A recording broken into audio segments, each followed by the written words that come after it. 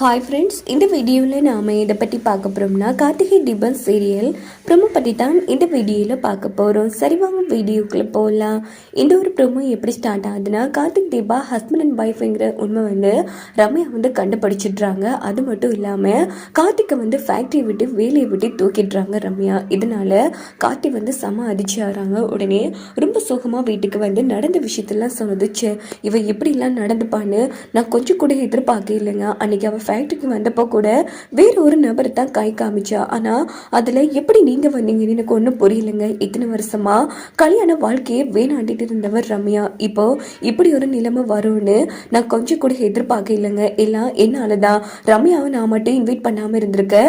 நீங்கள் தான் என்னோட ஹஸ்பண்டும் அபிராமி காஸ்மெட்டிக்கோட எப்படி இன்னும் ரம்யாவுக்கும் தெரியாமல் இருந்திருக்கும். என்னை மன்னிச்சிடுங்க அப்படின்னு சொன்னது தீபா.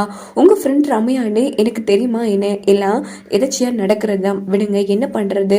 நான் வேலையை விட்டு தூக்கப்படணும்னு இருக்கு, பார்த்துக்கலாம். இன்னொரு ஃபேக்டரிக்கு போகலாம் அப்படின்னதும் இல்லை. எப்படா உங்களை வேலையை விட்டு தூக்குறாங்கன்னு தான் ஆனந்த் மாமா வெயிட் பண்ணிட்டு இருக்காரு. இப்போ அவருக்கு ஒரு நல்ல சந்தர்ப்பமா போயிட்டு கண்டிப்பா நீங்க சவால்ல தோத்துட்டீங்கன்னு தான் அவரு முடிவெடுக்க போறாரு அப்படின்னு பேசும்போது, அதெல்லாம் ஒன்றும் இல்லைங்க, நீங்க ஃபீல் பண்ணாதீங்க, பார்த்துக்கிறேன் அப்படின்னு சொல்லிட்டு கார்த்தி நேரா ஆனந்த் கிட்ட பேசிட்டு இருக்காங்க. இங்கே பாரு, அவங்க தப்பு பண்ணிட்டாங்க. ஸோ அவங்களால என் கூட சேர்ந்து வேலை பார்க்க முடியல, அதனால தான் இந்த ஃபேக்ட்ரியை விட்டு தூக்கிட்டாங்க அப்படின்னு சொன்னதும், இங்கே பாரு கார்த்தி, நான் என்ன சொன்னேன்? நீயா வேலையை விட்டு வந்தாலும் சரி, ரம்யா வேலையை விட்டு தூக்கினாலும் சரி, கண்டிப்பாக நீ சவாலில் தோத்துட்டேன்னு தானே சொன்னேன். அதுக்கு நீ சரின்னு சொன்னேன். இப்போ என்ன கார்த்தி புதுசாக கதையெல்லாம் கட்டிட்டு இருக்க? இங்கே பாரு, சவாலில் தோத்து போயிட்டேன்னு ஒத்துக்கோ அப்படின்னு சொன்னதும் கார்த்தி அமைதியாக இருக்காங்க. இங்கே பாரு ஆனந்த், நீ ரொம்ப தப்பு பண்ணுற. என்னம்மா தப்பு பண்ணுறேன்? பாருங்க, கார்த்தி தப்பு பண்ண வழியா தானே ரம்யா வேலையை விட்டு தூக்கிருக்கா. இங்க பாருங்கம்மா, சொல்ல போனா யாரும் தப்பு பண்ண இருக்கிற விஷயம் எனக்கு முக்கியம் இல்ல. கார்த்தி வேலையை விட்டு தூக்கியாச்சு. அப்ப நான் சவால்ல நான் தான் ஜெயிச்சேன். உடனே சொத்தை பிரிங்க அப்படின்னு சொன்னதும் அப்படின்னு பார்த்து நம்ம கார்த்திக்கு ஒரு ஃபோன் வருது.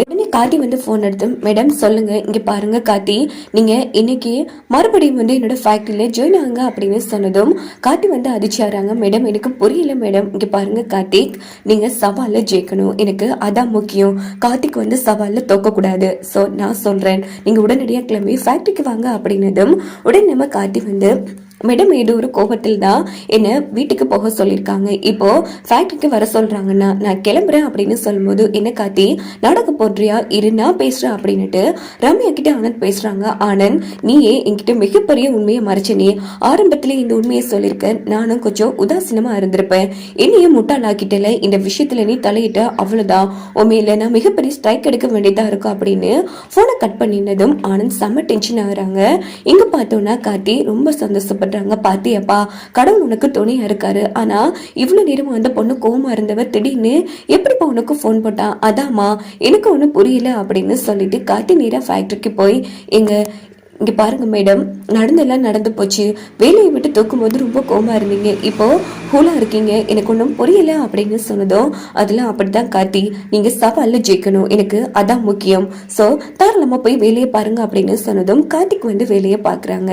இங்க பார்த்தோம்னா தீபா அழுதுட்டு இருக்காங்க. அப்போ மீனாட்சி தீபா இப்போ என்ன ஆச்சுன்னு அழுதுட்டு இருக்க. அதான் ரம்யாவே எல்லாத்தையும் புரிஞ்சு கார்த்தியை மறுபடியும் வேலைக்கு சேர்த்துட்டால. இல்லக்கா, எல்லாம் என்னாலதான் அப்படிங்கிறது புரியல தீபா. இப்போ கார்த்திக் சார் மட்டும் சவால்ல தோத்து போனாருன்னா இந்த குடும்பமே கழிஞ்சு போயிடும். அத்தை கட்டின கோட்டையே இல்லாம போயிடும். சோ இந்த வீட்டுல சொல்ல போனா ஒட்டுமொத்த போயிட்டு நிம்மதியும் போயிடும்க்கா. அது மட்டும் கிடையாது, கார்த்திக் சார் வாழ்க்கையும் போயிடும். இந்த வீட்டில் இருக்கிறவங்க சந்தோஷம் முக்கியமா இல்லை என்னோட வாழ்க்கை முக்கியமானு பார்க்குறப்போ எனக்கு இந்த வீட்டாங்களும் என் ஹஸ்பண்டு சந்தோஷமா இருக்கணும், அதாக்கா முக்கியம். அதுக்கு இதுக்கு என்ன சம்மந்தம் தீபா? நான் தான் ரம்யாவை போய் பார்த்து பேசினேன் அப்படின்னதும் மீனாட்சி அதிர்ச்சி ஆகுறாங்க. என்ன சொல்ற அப்படின்னு கேட்கும்போது தீபா ஒரு ஃப்ளாஷ்பேக் மாதிரி காமிப்பாங்க. நேராக நம்ம ரம்யா கிட்ட போய், இங்கே பாரு, நடந்ததெல்லாம் தப்பு தான்.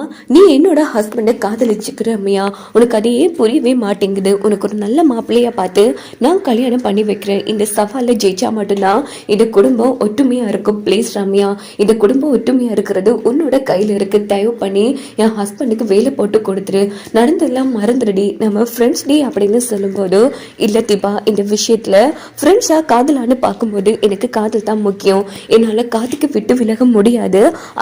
அதே மாதிரி கார்த்திகை நான் விட்டு கொடுக்கவும் மாட்டேன். எனக்கு கார்த்திக் வேணும். அப்படிப்பட்ட கார்த்தி இந்த ஃபேக்டரியில வேலை பார்க்கறத என்னால ஒத்துக்கொள்ள முடியாது அப்படின்னதும் தீபா வந்து அடிச்சாராங்க. ஏன் ரம்யா புரிஞ்சுக்கவே மாட்டேங்கிற? கார்த்திக் வந்து அடுத்தவன் புருஷன் அப்படின்னு சொன்னதோ அதுல எனக்கு முக்கியம் இல்லை, எனக்கு கார்த்திக் தான் முக்கியம். ப்ளீஸ் ரம்யா புரிஞ்சுக்கோ. சரி, நீ சொல்ற மாதிரி உன் ஹஸ்பண்டுக்கு நான் சாரி என்னோட கார்த்திக்கு நான் எங்க வேலை கொடுக்கணும்னா நீ கார்த்திக் எனக்கு விட்டு கொடுக்கணும் அப்படின்னதும் தீபா அதிர்ச்சியாராங்க. ரம்யா, ஆமா, நீ ஏன் யோசி தீபா, உனக்கு உன் வாழ்க்கை முக்கியமா இல்ல உன் ஹஸ்பண்டோட குடும்பம் முக்கியமானு?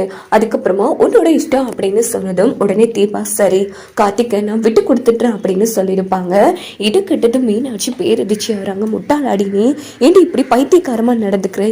இல்லக்கா, எனக்கு நம்ம குடும்பம் தான் முக்கியம், அதுக்கப்புறமா தான் என்னோட வாழ்க்கை. என்ன தீபா இப்படி பண்ணிட்டு இருக்கேன்? இங்க பாரு, அன்னைக்கு அந்த ஷர்ட்டை கொடுத்துட்டு வந்ததுக்கு ஷர்ட்டை வந்து உன்னால விட்டு கொடுக்க முடியல. அப்படிப்பட்ட நீ எப்படி கார்த்திகை விட்டு கொடுக்க முடிவெடுத்தேங்கிற மாதிரி மீனாட்சி வந்து கண்ணா பின்னான்னு தீபாவை திட்டுவாங்க. இப்படித்தான் வரக்கூடிய கதைக்களத்தை கொண்டு போக வாய்ப்புகள்.